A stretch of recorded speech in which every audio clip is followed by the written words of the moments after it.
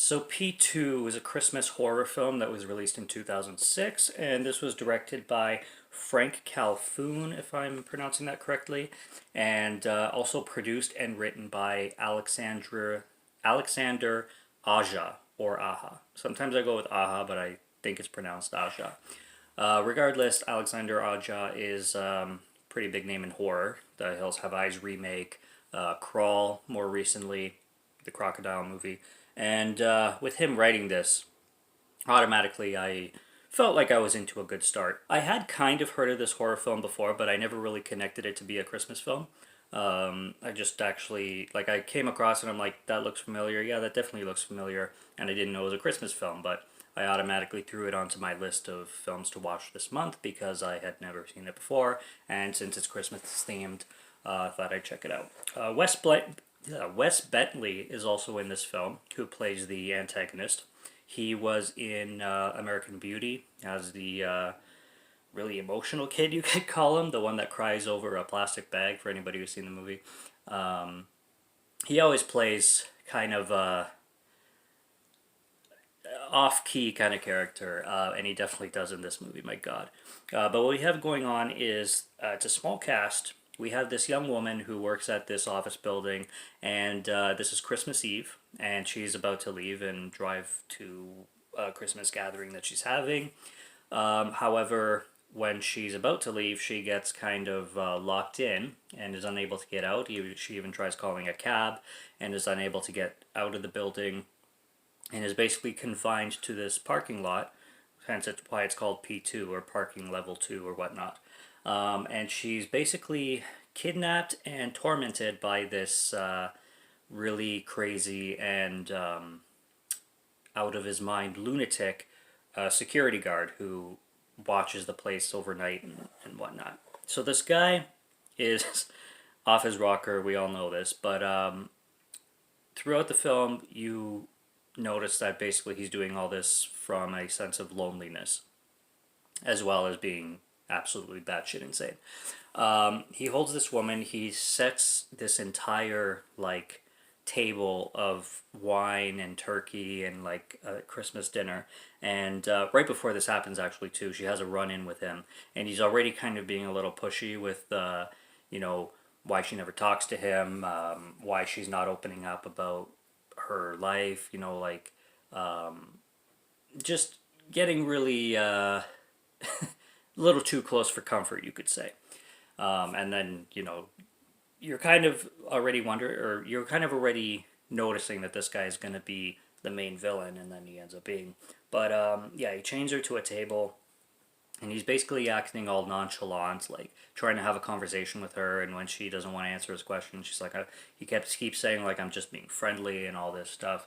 Eventually, it leads to basically a chase throughout this parking garage where he keeps tormenting this woman.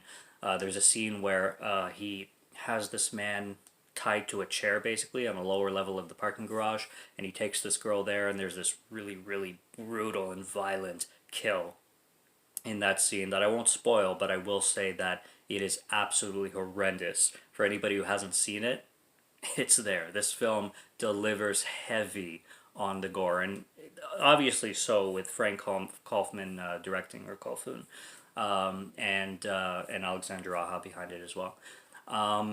Now the film delivers really well in like for a horror movie and the gore and stuff like that. The only thing I wish this film had more is more going on with more characters, because I think the cast is just too small for the story. It's a good size for the location and making this film kind of in one isolated area, but with the story they just didn't have much going on with like many side characters outside of these two. They could have cut like 15 minutes off of this film, for example, if it's just going to be a film about a guy chasing around a girl and playing a cat and mouse game kind of thing. And they didn't like. I think in total there's maybe like 2 kills, maybe 3 in the whole film.